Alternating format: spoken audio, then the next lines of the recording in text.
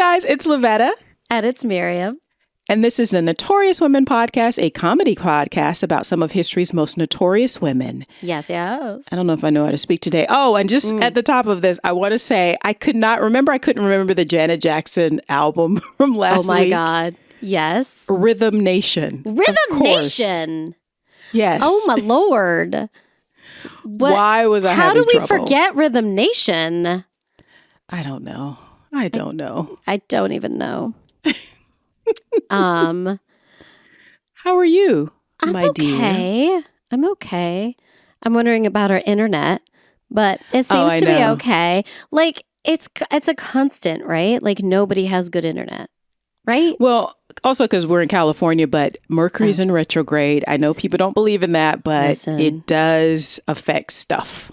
It's in retrograde. Like I don't want to believe in it because then maybe there's hope, but like the reality is like it's in retrograde. Okay. Yeah, and it affects electronics and communication, and you have to check and recheck everything during this time, and it's going to last for 3 weeks. It lasts until like the 23rd, so a little bit over 3 weeks. I can't do it anymore. I can't. Yeah. So hang in there. I think we should get started because I believe I have a normal-ish kind of length, and I believe you have a little bit long. It's a little bit longer. Okay, well, let's get started. Okay. And so my Notorious Woman, I believe I am first this week. Okay. I had no idea. And because last week I did the incredible Beyonce. Listen, I cannot stop listening to her since recording. I mean, I was also obsessed with the new album before we Country recorded, but now I'm like it's a problem. It's a little bit of a problem. It's a problem. I love Levi's like. jeans because I'm a basic bitch, and I think people are like, "It's so basic." I was like, "That's what I love it. It's like so romantic. I love it." Okay. You sent me this. Remember? Okay. Fizza. Remember our friend Fizza? She posted a thing where like, if you want to stop a Gen X woman in her tracks for 4 minutes and like whatever seconds, play the song Hold On by Wilson Phillips. And I was like, Fizza, are you stalking me? Because she is. Because I am that white girl. Like I am that white Gen X. Like I have been numerous times been in a situation where someone looks at me in the eyes and presses play to that song. And I'm like, hold on for one more day. Like I have every feeling. And shout out to Fizza. I love you, girl. You know me too well. So fun. I watched that. I was like, oh, she woke up and chose violence. Okay. Yeah, she did. And I commend her for it because honestly, even though she was like knocking Gen X, like I just feel seen. That's how I took it. Thank you for getting me. Okay. We love Fizza. Check out that episode, guys. Yeah. So let's get started. So my Notorious Woman this week is Stormy Daniels. Okay.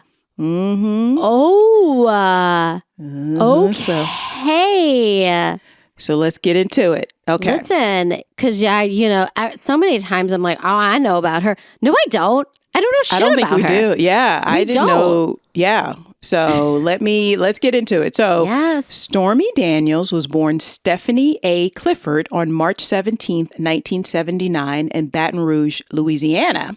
Okay. To Sheila and Bill.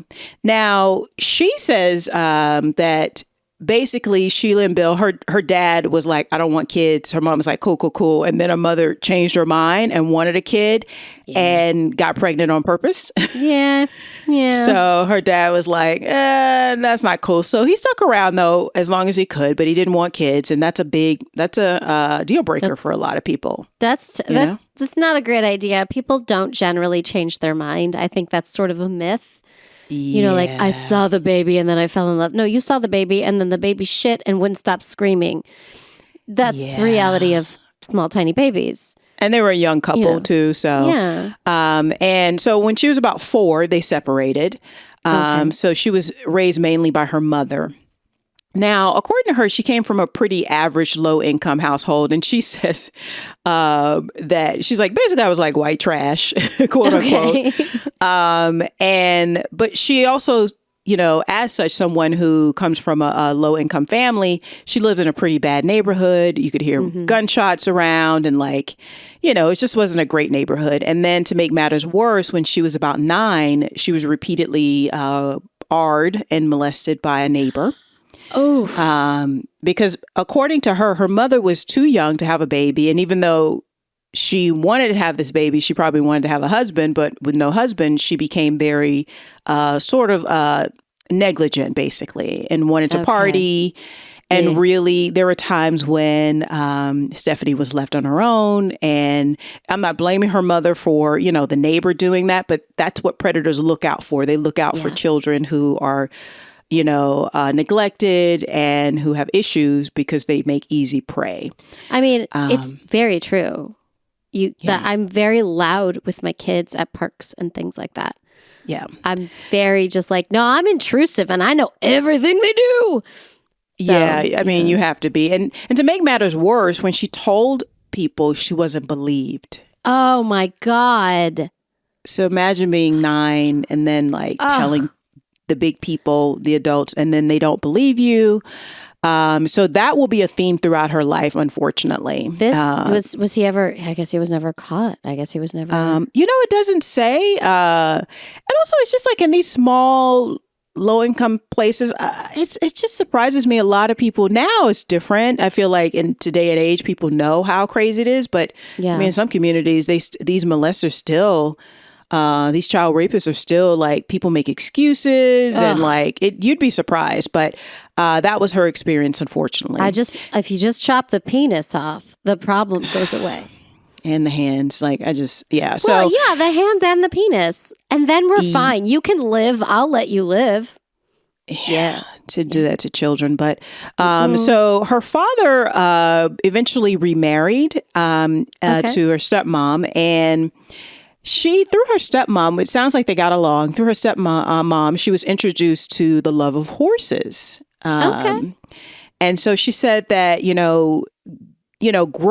being around horses just made her inspired, and it kind of gave her an escape from her, humble existence at that time. And, because horses are, especially in the South, are associated with rich people, and because horses are very expensive to keep up. So she began hanging around a stable and offering to exercise people's horses, so she can just be near them, get to ride them. Yeah. And she eventually began working at a riding stable when she was old enough to work and in high school. And then eventually she was gifted a horse, but you still have to pay for the upkeep, which is very expensive.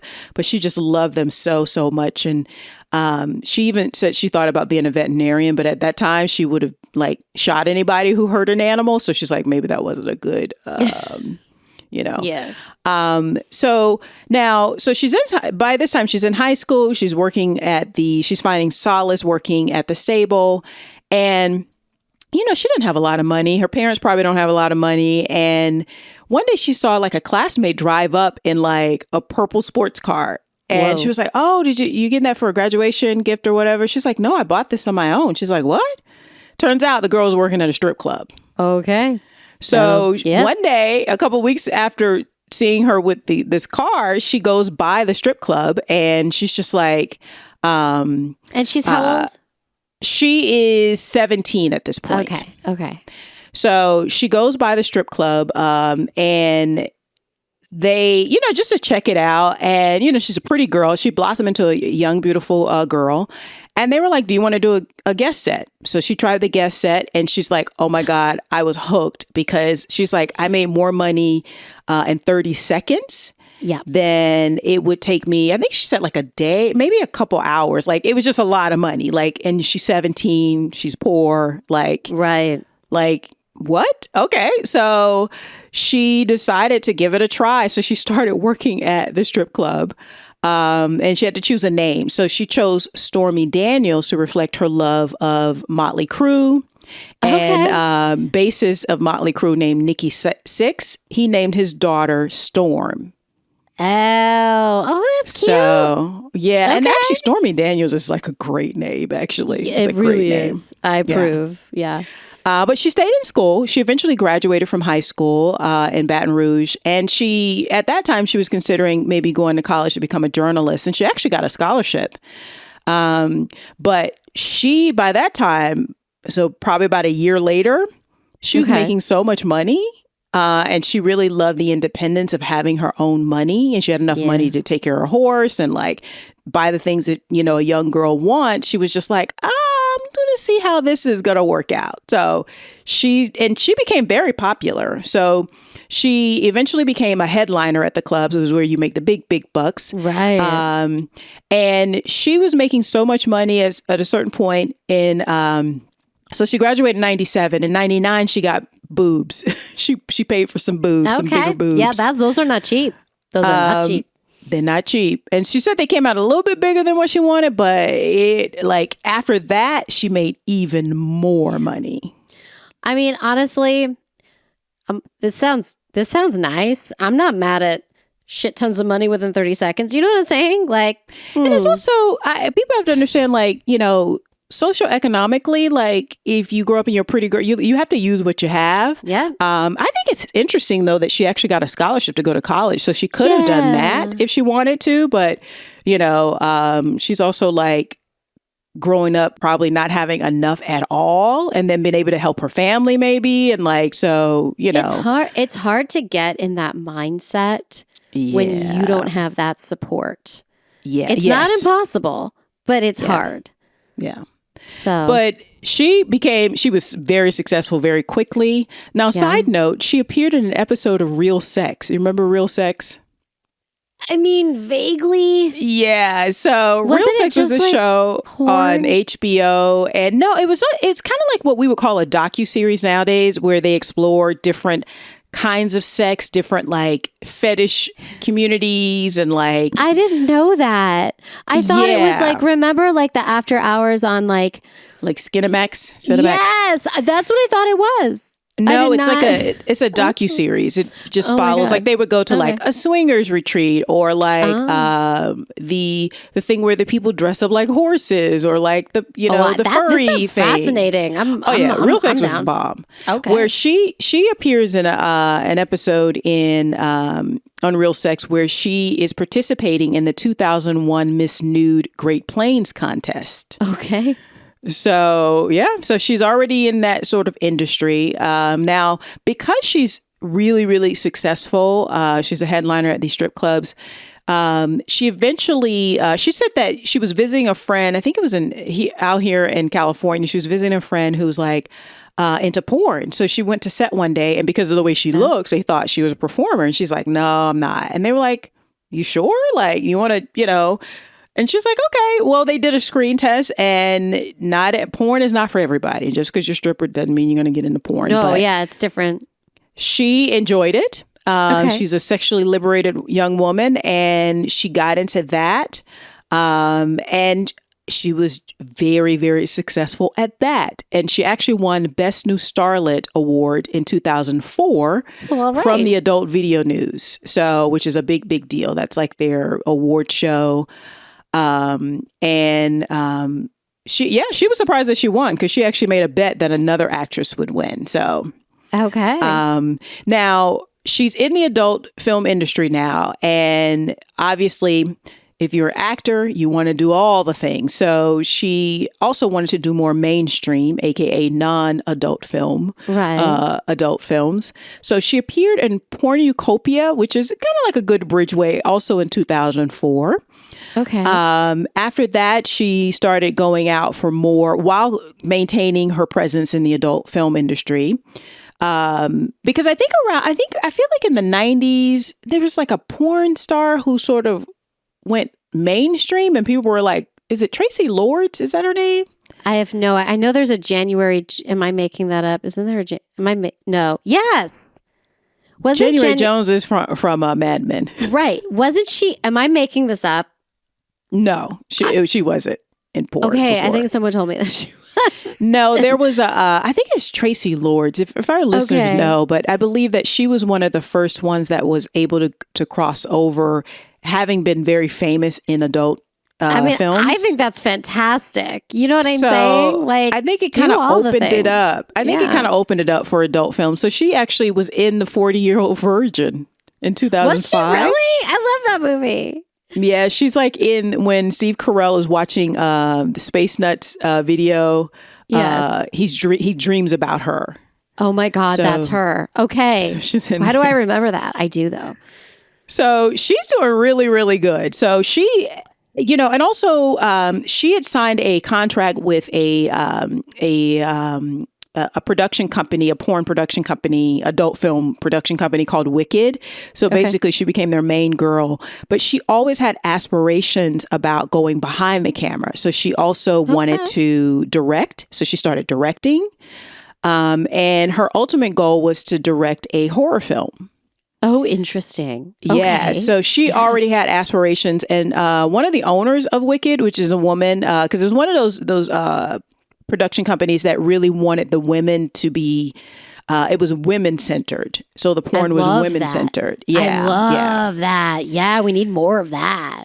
So they were saying, so the owner was saying that, like Stormy had like aspirations. She was very ambitious. She started directing as well. So by 2006, she's well established within the industry. She seems to like what she's doing, but she has aspirations beyond that. She has a goal. She has a plan. But also in 2006, when she was 27 years old, she met Donald Trump at a golf tournament in Lake Tahoe. Ew. Yeah. Because basically Wicked had sponsored a hole, like, how like different companies would sponsor a hole. And like, I feel like there's a lot of jokes there that I'm not saying. Okay. We're not gonna, because we're not 12-year-old boys. But like, aren't we? Okay, go on. A grown-up Miriam says go on. Well, I also think this is, again, where porn was becoming a little bit more mainstream because like you would have something like Wicked that could be successful where it's women focused. It's not as like undercover. And so, again, this is the heyday of what's my girl, Pamela Anderson, who looked like a porn star. But was not. She was not. I loved her show VIP. I love that show. It's so silly and stupid. You guys should check it out. It's just like silly and fun and entertaining. It's a really great show. Okay. So I feel like Stormy is coming up in a time, and she's a star in the industry, like bona fide star. And she is a successful woman. She's making a lot of money. She's happy doing her thing. So she's just doing her thing. So, so when she met Donald Trump, she met him with a lot of other people. Oh, and just side note, she had said that she knew at that time that her main demographic were middle-aged white guys who were probably conservative. Yeah. So she's like, I knew that my number one fans were like 45 to 65, white, conservative, and rich, probably. So, which is interesting because of the background that she comes from, which I think it's interesting that she's aware of that. So he's totally in her demographic because he's 60 at the time. And so, she knows how to flirt. So she's flirting with everyone. And his security guard asked her to go out to dinner. She said, absolutely no. Nope. Good. Yeah. But her publicist at the time was like, it might not be a bad idea because at this time he had the Apprentice show. Yeah. And so her publicist was like, it may not be a bad idea, so why don't you accept it? Listen, I just want to be like, I'm one of those people that's like, I knew he was trash way back when. So I just wanted to point that out. Yeah, a lot of people did. So yeah. Now, in an interview with 60 Minutes Australia, she said that he invited her to dinner and she got there a little bit earlier. So she called up and he was like, oh, I'm not ready yet. Why don't you come on up? We'll have a drink and then go down together. So she goes up there and he has on like his pajamas. He's so disgusting. But she said she actually teased him because she knows how to handle these guys for the most part, and she made like a Hugh Hefner joke or whatever. And she said for the first 20 minutes, he was really into his like apprentice character, like da da da da. And so she was like, am I going to have to spank you? And he was like, maybe. So she actually spanked him with a little, like a little playful tap on the thing. And he went, all right. And then he sort of like stopped the facade, and they actually had a conversation. And she said they actually sat in the, because he was in a suite in the living room, and they were talking about business because he wanted to know the business side of what she did, of the adult entertainment industry. And she wanted to know about what he did. And she said that went on for about 3 hours. They actually talked, and he was like, oh, you're really smart, actually. Yeah, she's very smart.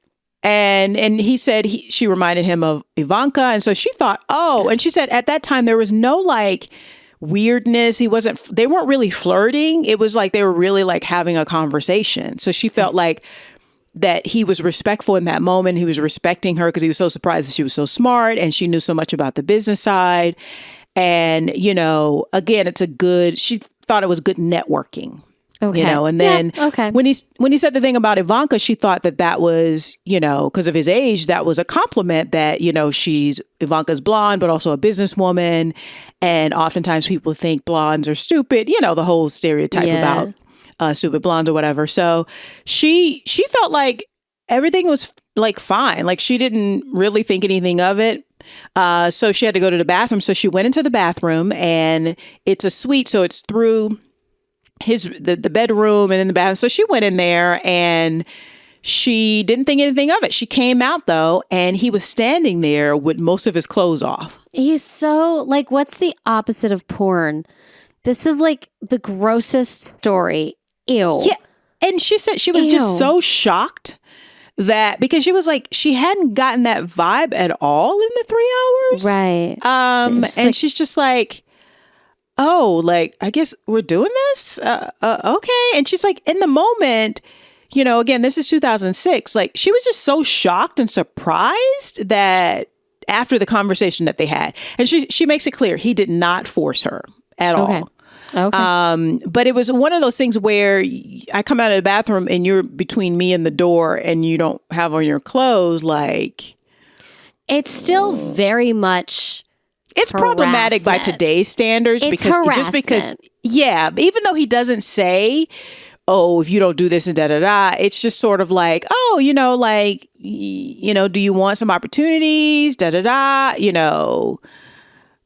know what I mean? It's that kind of thing. It's harassment. It's traditional. You can sue this. It wouldn't be rape. It would be harassment. Right. Sue this is not the correct term, but you know what I'm saying. Yeah. So it's like at the time though, she was just like so shocked that we've all been shocked where you're like, is this really happening? Yeah. So she just sort of she's like basically it lasted about 90 seconds. That's what she said. And then she was just like, I just want this to be over. So it was over. And then she said afterwards, he didn't offer her money and she didn't ask because honestly, if he had offered her money, she would have been really, really insulted. Yeah. That he considered her, despite her being a porn star, people think porn stars are sex workers and they're not. They're not. It's in the industry, but that's a different, that's a different arrangement and agreement, right? That is not what she came up there for. So she just sort of like left and then didn't even think anything of it. Afterwards, though, Trump continued to contact her and he actually told her that he was considering putting her on Celebrity Apprentice. Okay. And she was like, that's never going to happen. They're never going to let you do a porn star. And he was like, no, every season I can shake things up and I have override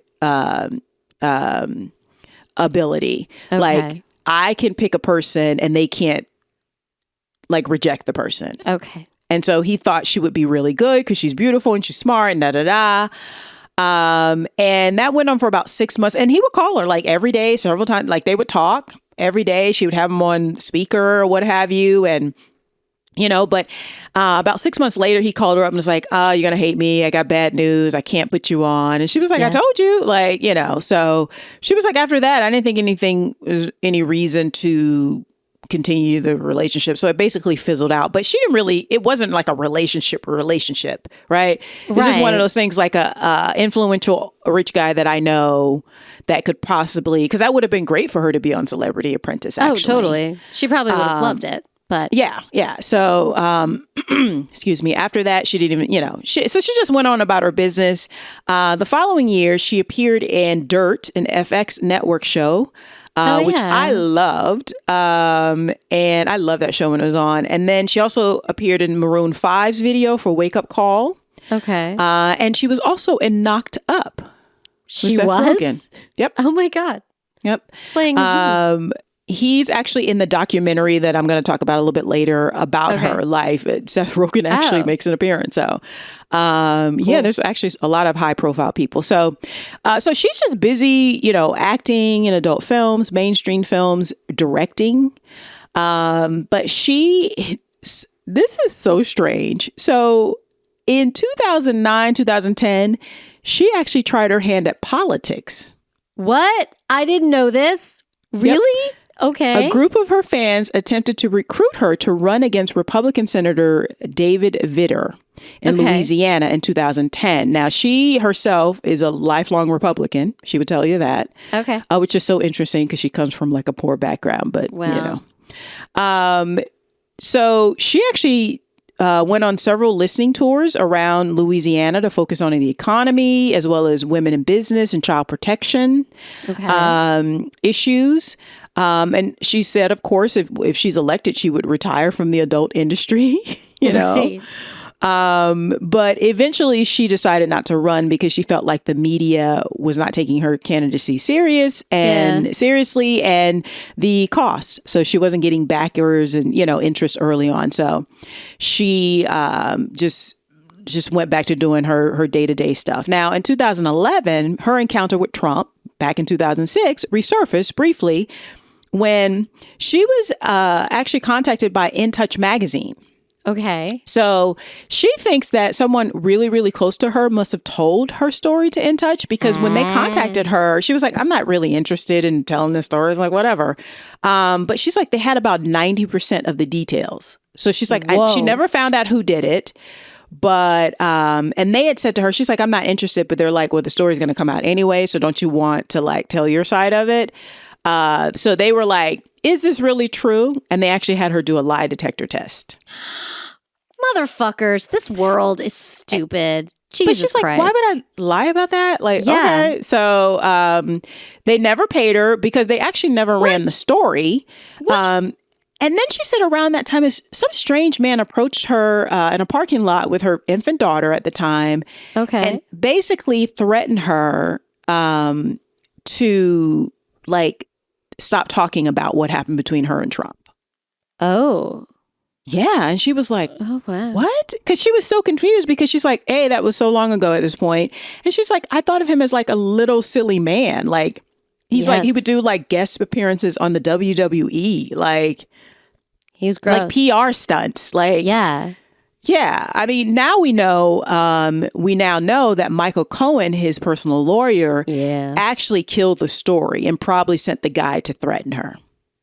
Yeah, that's Michael Cohen. That sounds like him. we don't know allegedly. We do not know, but we do know it's reported in my research, actually in the documentary Stormy, that Michael Cohen actually he killed the story because he threatened to sue In Touch. Okay. All right. So again, this is 2011. So because around that time, Donald Trump was first like, oh, I might run for president. Like just kind of. But again, he's this PR guy. Like nobody's really taking this serious. Yeah, but now we know that he may have been taking it serious, which is why Michael Cohen was going out to like kill the story. Yeah. So again, she went back to doing what she was doing, focusing on continuing to be in movies, but directing these movies. Eventually, she would be inducted into the AVN Hall of Fame in 2014. And another porn standard like Hall of Fame, XRCO, in that same year. So later that same year. So her directing work in the adult industry gave her, she garnered 14 AVN award nominations. Oh. Yep. I mean, that's amazing. Yeah. So now, 2 years later, 2016, she says she was basically living the best life in Texas in her dream home. Okay. So, she's making money, she's doing her thing. And then Trump announces that he's running for president. Yeah. And because he's doing that, there's a lot of, obviously more deep dive into his background and things like that. So among the allegations of sexual misconduct that were swirling around him, not to mention the release of the Access Hollywood audio, where he can be heard saying, quote, "When you're a star, they let you do it. You can do anything. Grab them by the pussy at all," end quote. So speaking of penises that I would like removed. Anyways. Yeah.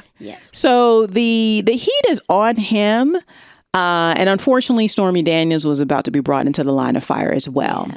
So according to her, in October of 2016, shortly before the presidential election in November, Michael Cohen, Trump's personal lawyer, reached out to her and paid her $130,000. Yes, he did.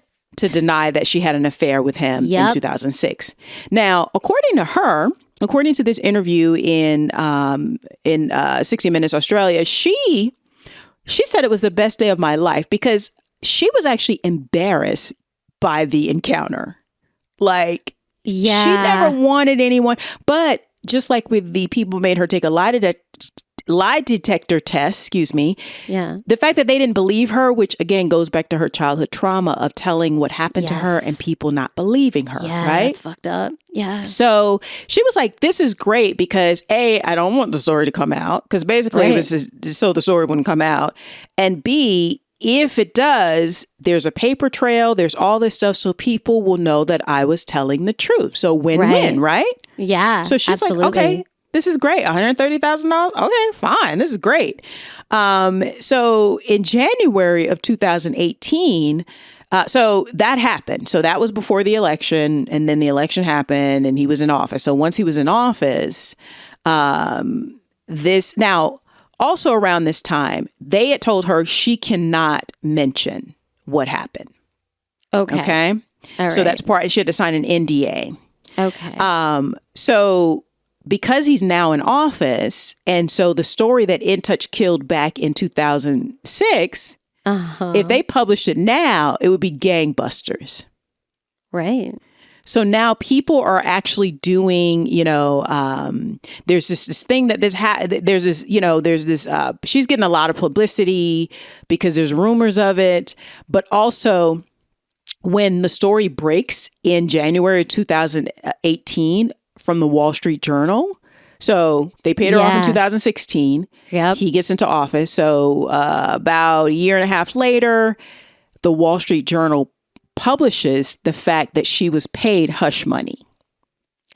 Okay? Yes. And because of that, now she's kept her end of the deal since 2016. She hasn't said anything, She didn't say it, yeah. So because of that Wall Street Journal report, now everybody is chomping at the bit to get more information. And then In Touch Weekly is like, oh, we're going to publish this now. Actually, we've already started our research. So again, she's not saying anything. But then she heard that Michael Cohen, the lawyer, was shopping a book where he promised to tell about the event because he wants to capitalize off of the press from the Wall Street Journal. Oh my God. So she got pissed because she's like, oh, so they're breaking their side of it because the agreement she thought was that neither side could speak about what happened. Let's be real. Nobody wants to brag about that. Nope. Nobody's happy about doing that with that awful piece of shit. There, I said it. Yeah. All right. So she lawyered up with a guy by the name of Michael Avenatti. Okay. And they filed a lawsuit against Trump and saying that actually the NDA, that he never signed it. Oh, shit. So it was unenforceable. Let me tell you what happened, world. Let me tell you. And then the suit also further alleges that Trump's attorney, Michael Cohen, had been trying to intimidate her and scare her into not talking. Yeah. So now a day later, Cohen, still Trump's lawyer at the time in 2018, initiated an arbitration process in which an order that barred her from disclosing confidential information related to the non-disclosure agreement. Okay. Again, he's trying to enforce it. Yeah. Excuse me. But again, yeah, they're like, well, your side broke the agreement. So she lawyered up, and to bolster her legal fees and to pay for it, she started a GoFundMe.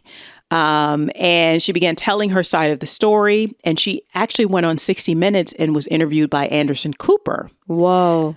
Yeah. So she said after like 2018, after all of this, the threats to her life ratcheted up tremendously. Oh, wow. Okay. But this is a girl that grew up in porn. So she's pretty tough as nails. So she just continued to take it in stride. She actually, so she would always be touring and doing and headlining. And some really smart people came together. She's like, I didn't come up with this. I just joined they just actually renamed the tour, the strip club tour, to Make America Horny Again. Which is hilarious. Yes. Yes. She became like, a darling of the left and also of the queer community, which culminated in her being in West Hollywood naming Stormy Daniels Day being May 23rd, 2018. Did this Republican woman ever think this would happen to her? No. No. She's trying to enterprise upon this and and she rounded out the year by releasing a tell-all book called Full Disclosure that basically skewered the appearance of and lack of sexual prowess of Donald Trump in the bedroom. Okay. It's a juicy, read. So people loved it. Jimmy Kimmel, he had her on a couple of times, and people would read from it and people were just getting a kick out of it, like to blow off some steam. But she does say that she was actually kind of conflicted about the book in many ways. That she now in 2024, 2023, she's like, maybe I could have handled it differently. But so much was just going on because you just can't believe this. Like this dude that I had this brief encounter with years ago, what? And the fact that he's president, it's just so weird. And now, in addition to all of this, so she's getting calls, right? Because she's like the tour is selling out, it's packed house, all this stuff.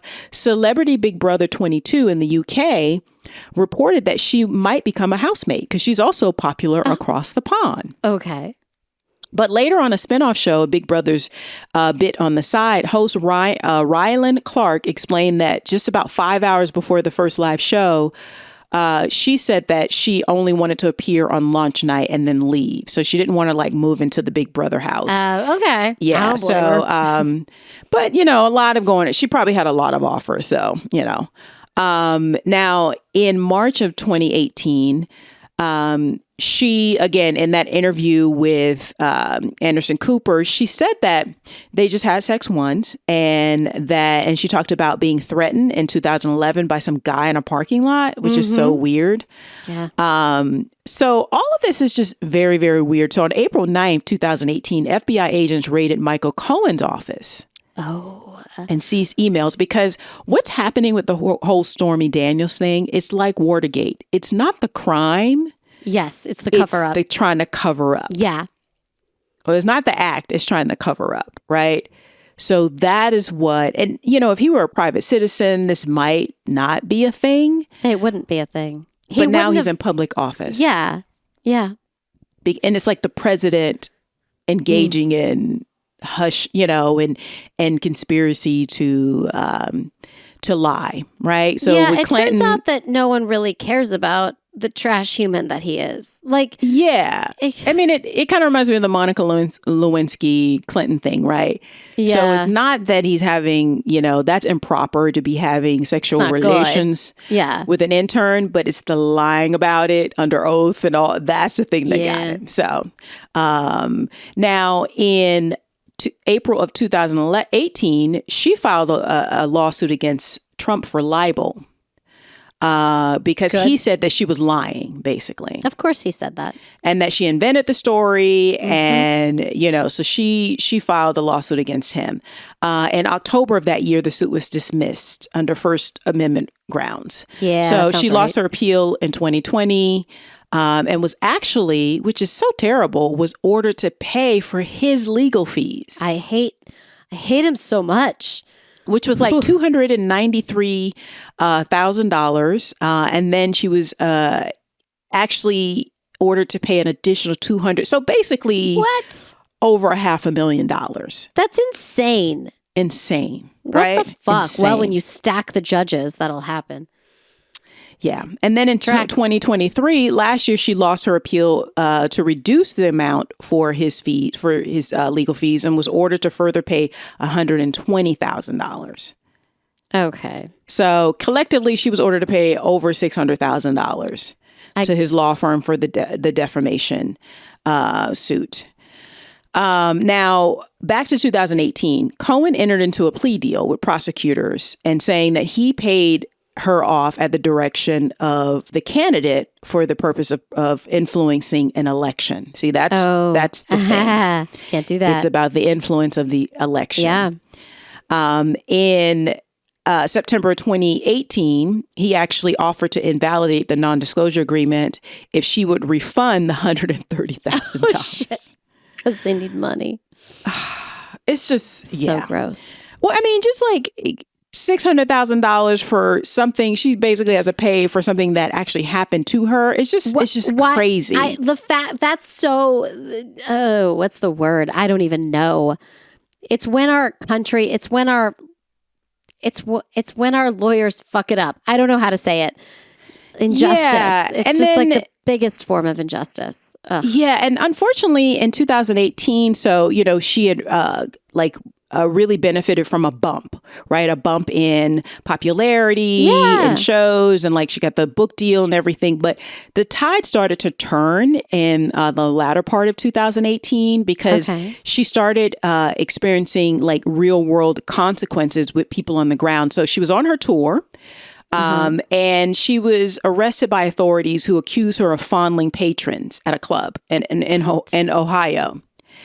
It was kind of proved, and with her lawyer, it was kind of proved that they had jumped the gun, and it was kind of like entrapment in a way. Allegedly, I don't know if that's the correct terminology.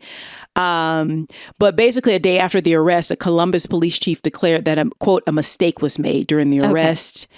And so she filed suit against them in federal court to the city of Columbus, alleging that the police officer was politically motivated when they arrested her. And she and her lawyer were seeking $2 million in damages. Get it. In September later that year, they agreed to settle the federal lawsuit, and she received $450,000 in compensation. Okay. Now, she's going to need it to cover those costs, right? She needs 150 more, and she's good. And then but then her business started to wane. The tours weren't attracting people anymore. She was getting threatened. And then comes to find out that her lawyer, who had only agreed to take $100 from her in the beginning, because he knew it was a very, and he was on a lot of talk shows, and we thought he was a new star and stuff. Yeah. But he embezzled about $300,000 from her. And he actually ultimately went to prison for over 10 years as a result of stealing money from her and defrauding his other clients. Jesus, I'm glad he's in jail at least. So in the documentary, it basically, she had written the book. So she was supposed to get 4 payments. So on the 3rd payment, she was still waiting for it for months because she's needing the money now because money is drying up. And she finally called, she finally found out that they had already sent the 3rd installment. He took it. And he kept telling her, they haven't sent it, or it should be in the mail. That's what they said, and da-da-da. And so she was like, that 4th payment they're sending, do not send it to him. Because she's like, he would have given me the 4th payment saying it's the 3rd payment. Yep. And then, so, it's just, it was not good. So, and she was just like,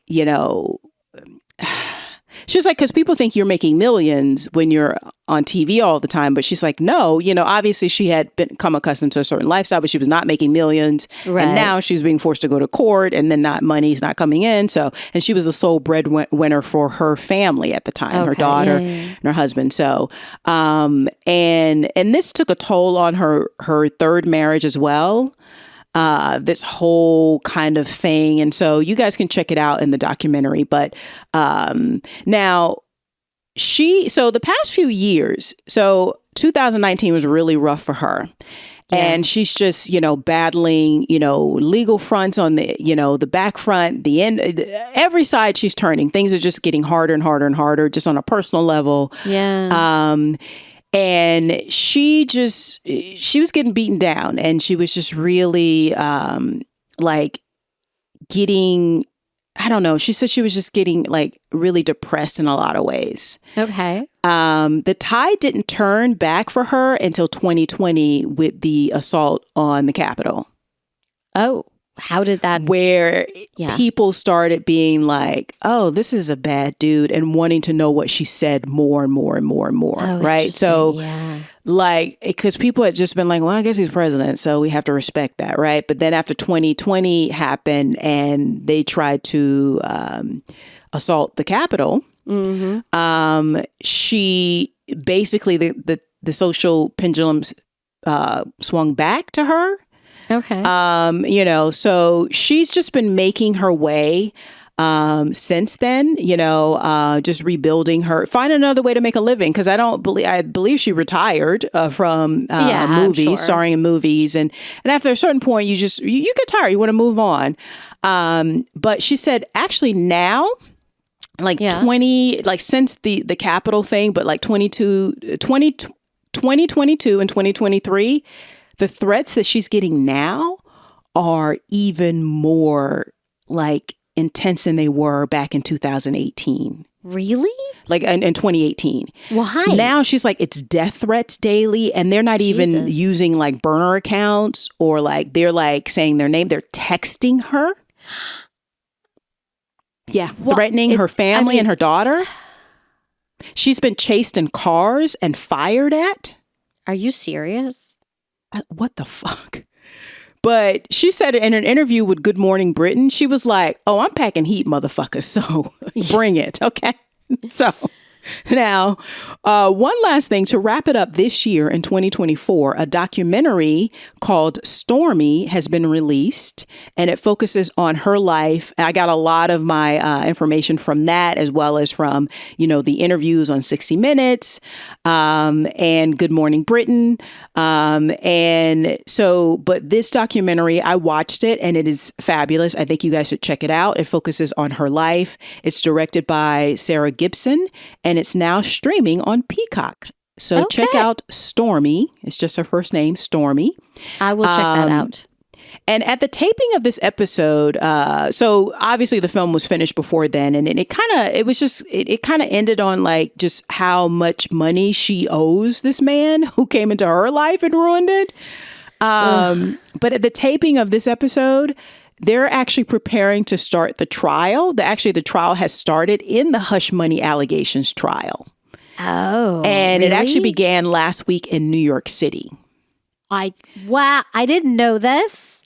We should talk about this more. And as just a few days ago, the judge in the trial ruled that she and Michael Cohen, who's turned state's evidence in a lot of other cases against Donald Trump, they're able to testify. So about 2 weeks ago, she was on The View, the popular talk show, before this order came down from the judge. But she said, if she's asked to testify, she said, quote, "I relish the day I get to face him and speak my truth," end quote. Yes. I'm so torn because I don't want the orange demon to have media support. You know what I mean? Because he just makes for good television, and that's how he became president. Right. And I don't want that. I don't support that. But when it comes to the women he has fucked over, I would like him to be raked over the coals. I enjoy that. Yeah. You know what I'm saying? She says a lot. Yeah. Mm-hmm. Mm-hmm. Yeah. So that is Stormy Daniels. Wow. Thank you so much for her. That's a whole new world. I did not know. No. So who's your notorious woman this week? My notorious woman this week, different world, but I don't know how different. Have you heard of a woman, a little known woman named Margaret Sanger? Yeah. Yeah. We're going to talk about Margaret Sanger. Okay. So I might have a little different point of view than I've had in the past based on my research today. Okay. Now, we'll start from the beginning. She was born Margaret Louise Higgins. I'm not really sure. Yeah, that makes sense. Okay. In 1879 in Corning, New York. Okay. Her parents were Irish Catholic, but they were like free thinking. Okay. Her mother, named Anne Purcell, conceived 18 times. She gave birth to 11 live babies, and she died at the age of 49. Damn. Yeah. Now Margaret was 6th of 11. She attended Claverack College and Hudson River Institute. She had 2 sisters who supported like her education, like the idea of a woman being educated. In 1900, she enrolled at White Plains Hospital as a nurse probationer. In 1902, she married architect William Sanger, and that's her last name. And she left school for that. Now, I see it once in Wikipedia that she suffered from a form of tuberculosis, which kind of sometimes was bad, sometimes was okay, but she was fine with it. I don't really know how these old-timey diseases work, but she did have 3 children. Okay. They settled down in Westchester, New York, but then a fire in 1911 destroyed their home. They lived in Hastings-on-Hudson, which is the town I got married in. Okay. Oh. That's a really cute town. And they moved to New York City. So in New York City, she worked as a visiting nurse in the slums of the East Side. And around now is when her and her husband both became active in local socialist politics. That's my girl. Okay. I'm not like, don't come at me. I'm not like a socialist, but I'm kind of a socialist. Yeah, you know and things I mean? meant different back then too. So like you like your paved roads and public schools, and you're kind of a socialist too. Okay. Yeah. I'm probably preaching to the choir if you've gotten this far in our episode, but you know what I'm saying. Yeah. So she joined the Women's Committee of the New York Socialist Party, took part in the labor actions of the industrial workers of the world, and became involved with local intellectuals, left-wing artists, socialists, and social activists. So she started to write 2 series of columns on sex education in 1911, which was not a thing people talked about. No. Right? She wrote, it was titled What Every Mother Should Know. And then she wrote another one, What Every Girl Should Know for the Children. Can you imagine? Oh. Right. So like I'm liking her. Okay. Mm-hmm. Her articles were they were basically shocking, except a lot of people liked them and appreciated them. So it was, the vapors, but also it was like, yeah, about damn time. Didn't mean to get pregnant 7 times in a row. Now I know how it happened. So she worked with a lot of working class immigrant women, and she saw firsthand what it was to have children over and over and over again. She also, throwing it out there, saw her mother go through that. Yeah. And she saw a lot of self-induced abortions for lack of information because they didn't know how to avoid an unwanted pregnancy. There was a Comstock law created in 1873, which prohibited contraceptive information on grounds of obscenity. Yeah. So I'm inspired because we keep rolling back laws to the 1800s these days. Yeah. And I want a fair warning. Okay. That's the goal. Believe it or not, that's the goal. That is the goal. And really it has is. been slightly achieved in Arizona. Okay. So she was like, okay, let me help these women. But she went to public libraries and could not find information of how to help these women. So this was her new mission. Now, there's a lot I'm going to talk about in terms of like, she's slightly problematic now in our history, in our lore. She did oppose abortion because she felt that if you can stop the pregnancy in the first place, then you don't need an abortion, which we all know is very Unrealistic. It's unrealistic, and it doesn't follow the truth of our society, the truth of childbirth, the truth of pregnancy, right? Yeah. I will extend a little bit of maybe she was ignorant. She definitely grew up. Well, she's a woman of her time. She's a woman of her time. Yeah. I think she's wrong. I wonder if she would still think these things. Now, this was a time, again, women couldn't control anything. Yeah. They just would get pregnant. So she launched a campaign to challenge governmental censorship of contraceptive information through confrontational actions. Okay, so in 1914, P.S., side note, she became estranged from her husband in 1913. They divorced in 1921. She then had an affair between 1921 and then until his death in 1946. She had a love affair with H.G. Wells. Oh. But in 1922, she also married her second husband, James Noah H. Slee. So, okay. Right? So she's just so it's the same. That's why I'm a little bit she was a woman of her time. She didn't know, but she's also getting married and divorced. In these streets. I mean, she out here okay.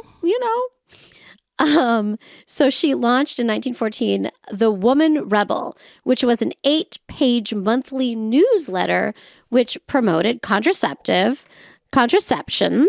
right? And they used the slogan, "No gods, no masters."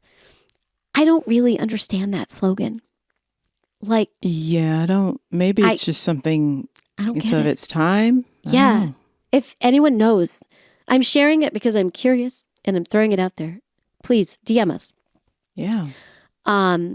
So she collaborated with anarchist friends. That was the world she lived in. And they popularized the term birth control because originally it was called family limitation. Did you know this?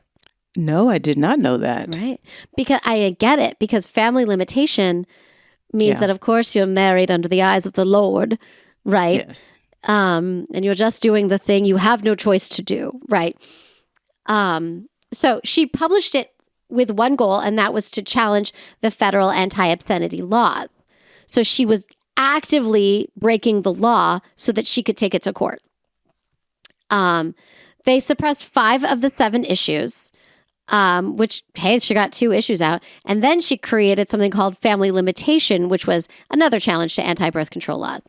So this 16-page pamphlet had detailed info and had graphic descriptions of ways women could use contraceptions. So, she was indicted for violating postal obscenity laws. Now, can you imagine, though, the women out there were probably like, oh my God, I need this information. So desperately. Oh my God. I do not want another baby. No, I've had 8, right? Yeah. I don't need 9. So I think this is interesting. She decided not to stand trial and she fled the country. So she did this to incite anger and then just went to England.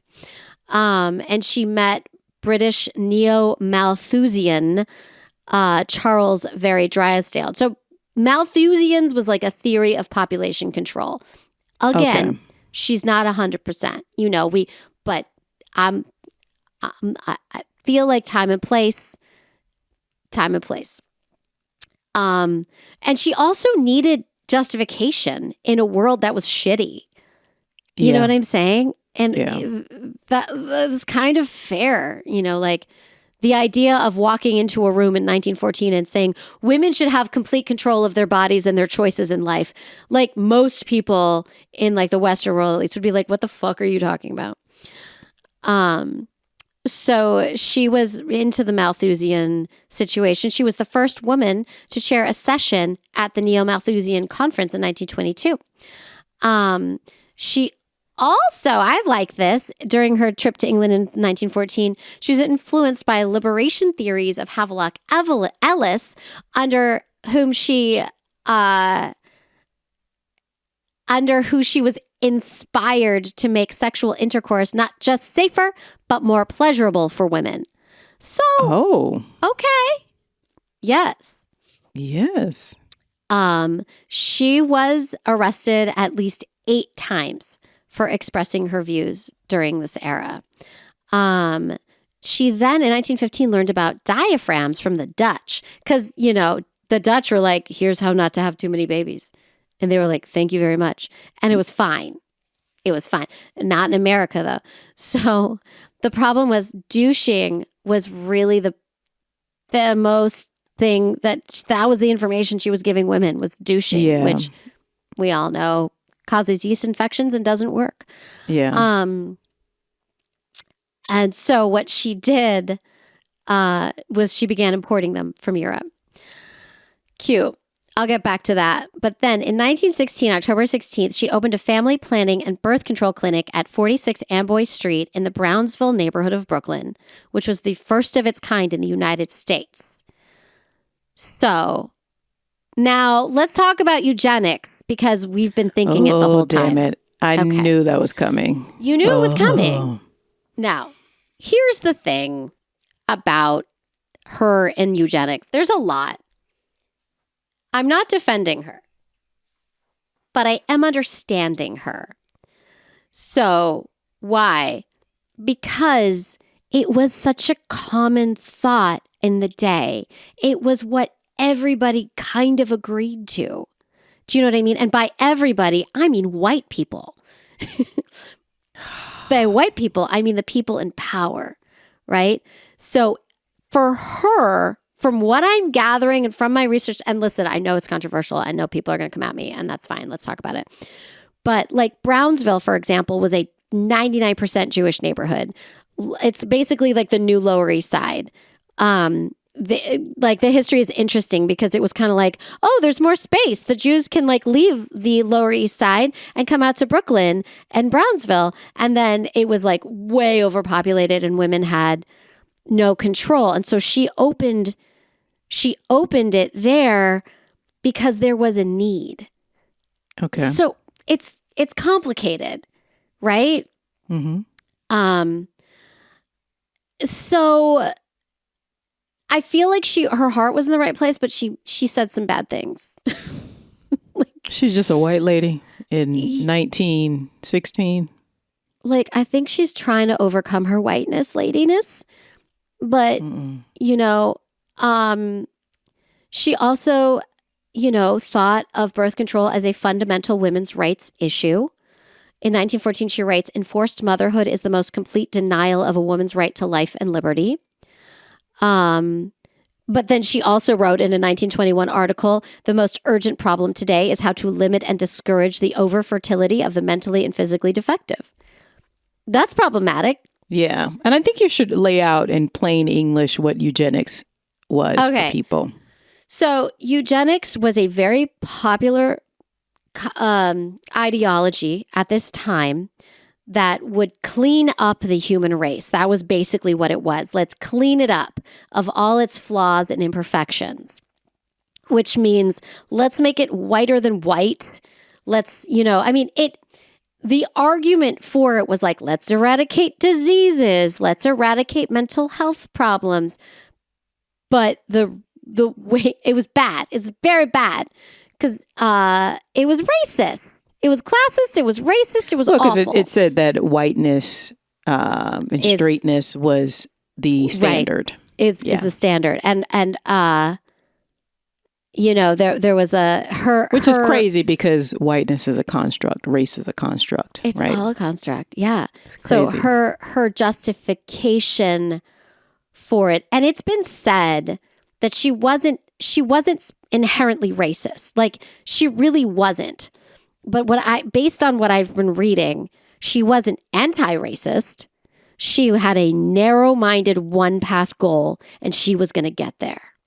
Okay, you just described 99.9% of white ladies in the 1916s. I'm just in the United States. I can only in the United States, yeah. And I'm torn because without all that she did, we wouldn't have birth control. Yeah. Like she really kind of single-handedly got us to a place, she helped, I'll get there, but like, it's weird. It's a weird place to feel because no, it's just that other people benefited from her endeavors, right? Because she wasn't thinking of black women or Asian women, or she was thinking of white women. But black women are like, I don't want to have babies either. I don't want. No. But that's the thing with Margaret Sanger. First, she went to a Jewish place, and then she went to. I'm gonna go to this. So she, She in the 1920s, she wrote a lot of books. It had a nationwide impact in promoting the cause of birth control. So she worked with African American leaders and professionals. They came to her. And in 1929, James H. Hubert, a black social worker and the leader of New York's Urban League, asked her to open a clinic in Harlem. So she did. She secured funding. And she opened the clinic and she staffed it with black doctors in 1930. The clinic was directed by a 15-member advisory board consisting of black doctors, nurses, clergy, journalists, and social workers. It was publicized in the African American press as well as in black churches, and it received the approval of W.E.B. Du Bois, who we know co-founded the NAACP. She earned praise from Coretta and Martin Luther King Jr. She's complex. I don't think it's... Well, what it is that because for the people don't know, the flip side of eugenics was like race purity. So birth control would fall in line with that because we can control how many black babies are born. So like the racists would be like, yeah, we can control all the Negroes, but in the like black people in this country always do. It's like, oh, but there's a benefit to us because black mothers don't want to be forced to have children that they and their partners aren't planning for either. Like it's right. So yeah, that's America in a nutshell. Like it may have like racist origins or behind the scenes, but you can take advantage of something that's also in the execution of it is beneficial. But I will I don't know. I'm kind of erring on an argument that she wasn't, that because we found out later that she was fully in the eugenics land, we've been like, oh, she's virulently racist. And I think she lives in the in-between. I don't know that she was virulently racist, but I do know that she spoke at the women of the KKK, and like openly was like, yeah, I'm going to talk to them. That's fine. Now, and she justified it by saying we all need birth control. She also, right. So it's, again, I keep fighting for her. And then I tell you that she talked to the KKK. I know. Yeah, I mean, because, oh, you're so sweet. It's just like, this is what I'm saying. This is why, Black people are the most nuanced voters in this country. It's like, we don't have to be in love with the candidate and they say everything right to support them. I'm still voting for her, even though, but I want to say. Because it's like, she also will open up a clinic in Harlem that helps a lot of Black women. And she went and talked to the KKK. Okay, what? Behind closed doors, we're like, what the fuck is that? Right. But that doesn't mean we're going to turn down her clinic. And I give her extra credit for understanding that they need to staff it with Black doctors, with people these women will trust. Do you know what I mean? Like, that's important. In fact, okay. And she it was written that in March 17th, 2010, there was, it was archived from a book, or I don't know if it's a pamphlet or a book, The Truth About Margaret Sanger from Planned Parenthood, that she did not tolerate bigotry among her staff, nor would she tolerate any refusal to work within interracial projects.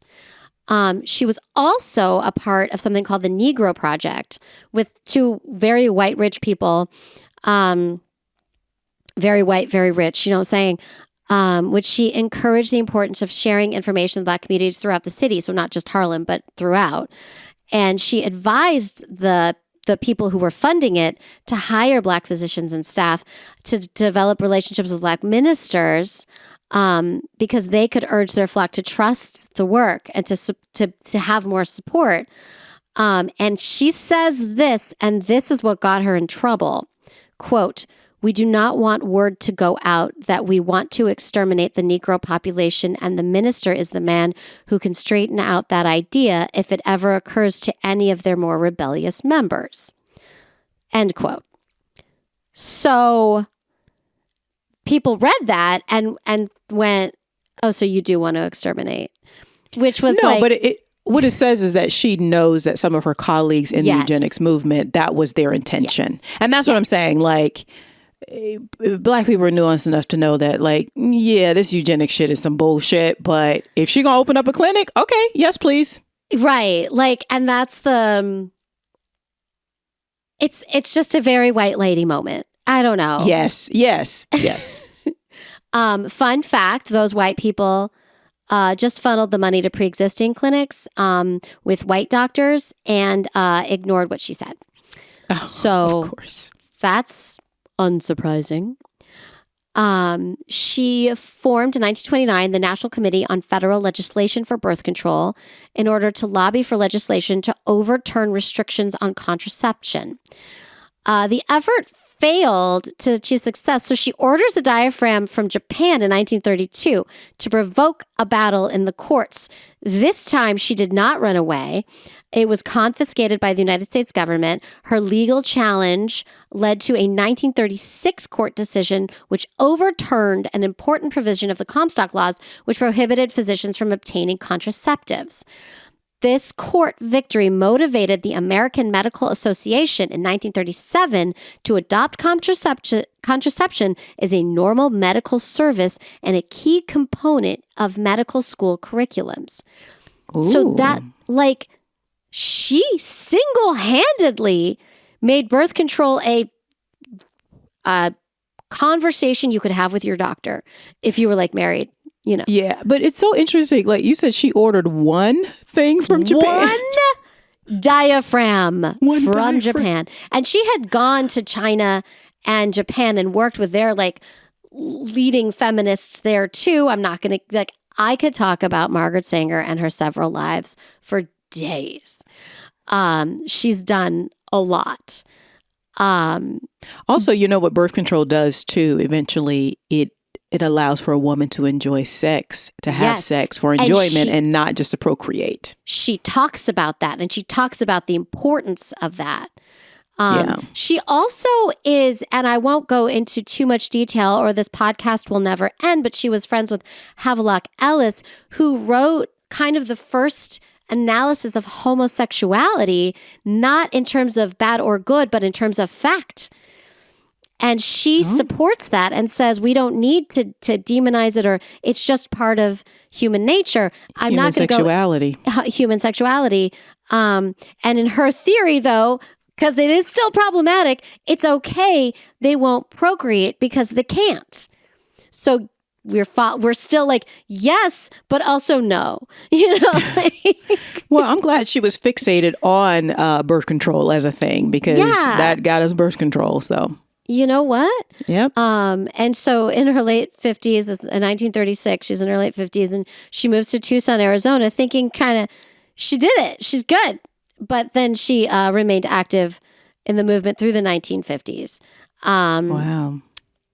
She helped found the International Committee on Planned Parenthood in 1948, which evolved into the International Planned Parenthood Federation in 1952, which became soon the world's largest non-governmental international women's health, family planning, and birth control organization.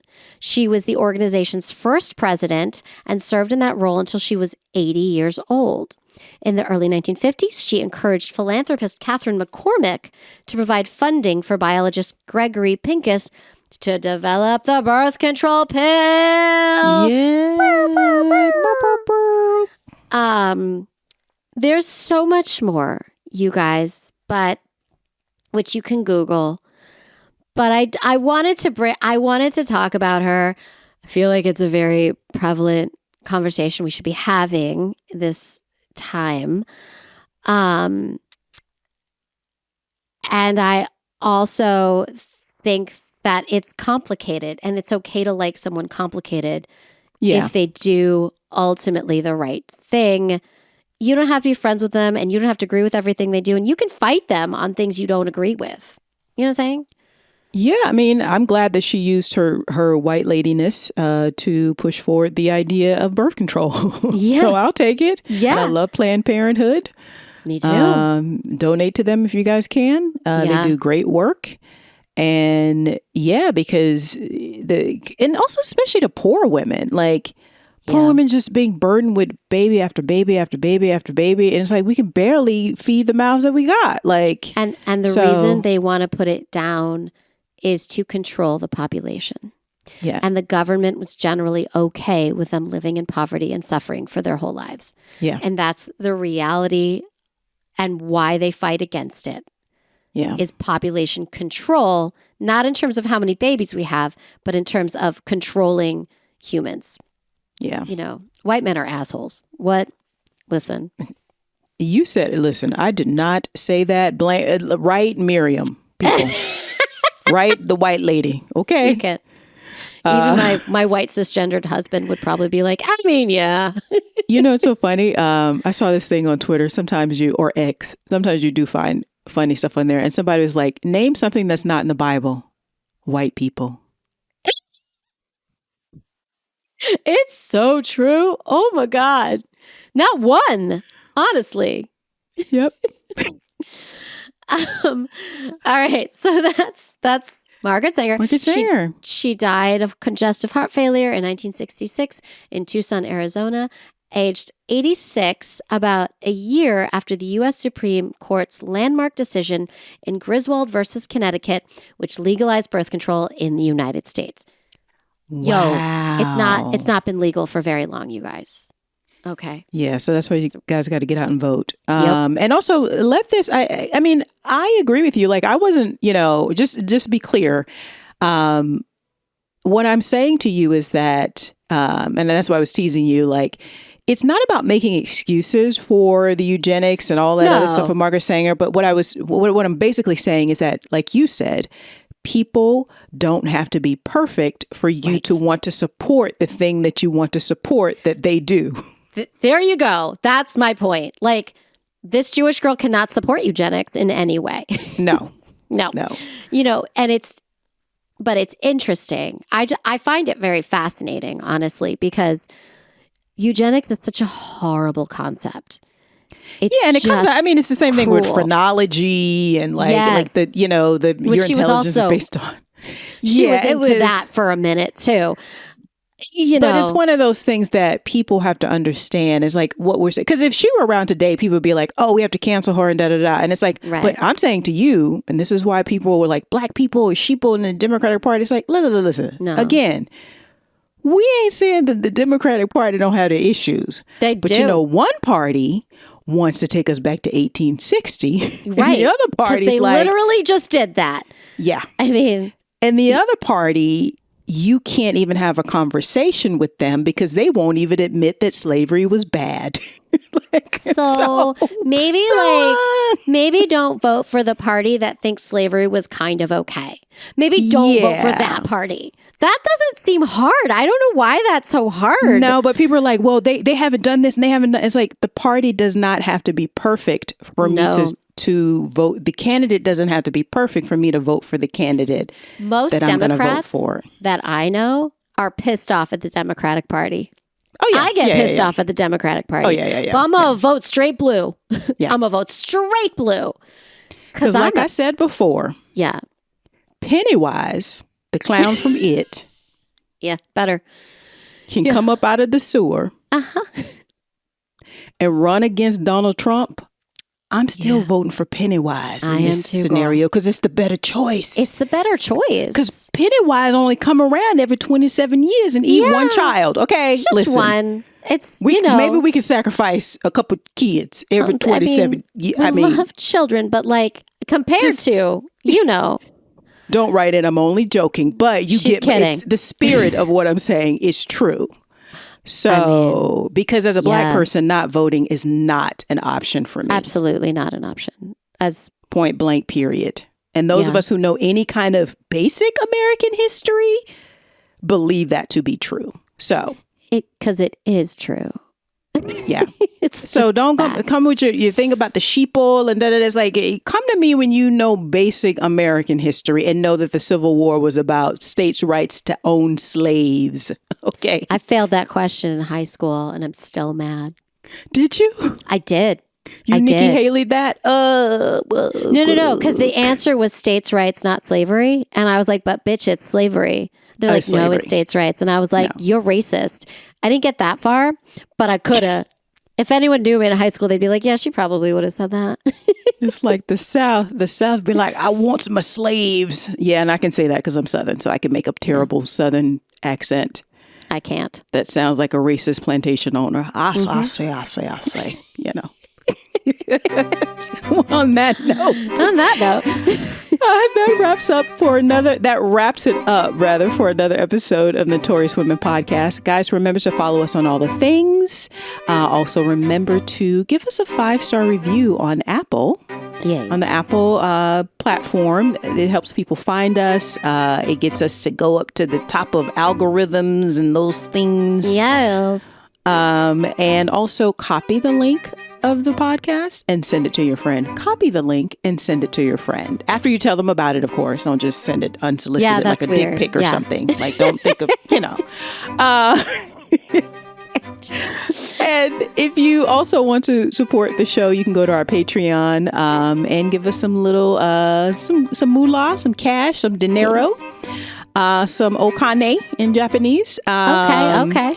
And I'm trying to show off because I know I'm having a hard time this week, so I need love. I need superficial love that I can get from the Lavetta, internet. it's okay. You're prettier and smarter than me. You got this, girl. No, I'm doing. Anyway, so if you want to support us, send me some money so I can go and get beautified.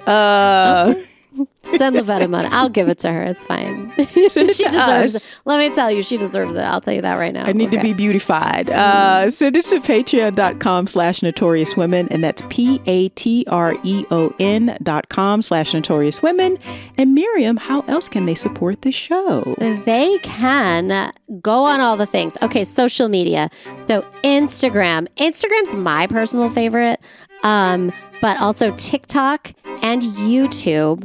YouTube, where you can listen to episodes, is Notorious Women Podcast. It's all of them, Notorious Women Podcast. Follow us, like us, talk to us. You can DM us at Instagram. You can also email us at notoriouswmpod@gmail.com. And let us know. Give us, we've been getting some really good ideas that we're prepping and making lists, and we really, really appreciate ideas and thoughts. Yeah. So keep sending those. We love them. Yes, you guys are awesome. Yes, awesome, you are. awesome. So, and also we want to start a new thing where if you want a shout out, DM us and write in shout out. Oh, yeah. And the name that you want us to use, and we will do that. Right? And we will give you a shout out. So do that. But put the name, because some of these handles don't match up. But do that, and we will give you guys a shout out. True. All right, guys, we will see you next week. Bye-bye. Bye.